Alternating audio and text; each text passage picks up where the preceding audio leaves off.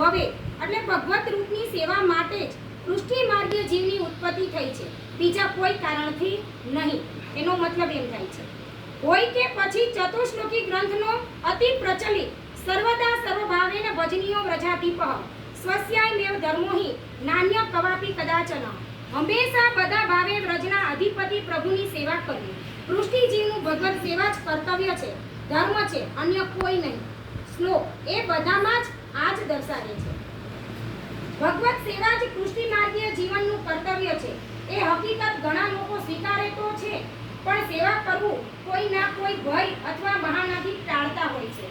આવા લોકોને દયારામભાઈની આ ચેતવણી અવશ્ય યાદ રાખવી જોઈએ. પરવારી સો કામથી કોઈ મૃત્યુ ના પામ્યો જન આ કીધું છે, આ કરવું છે એમ કરતા આવશે અંત.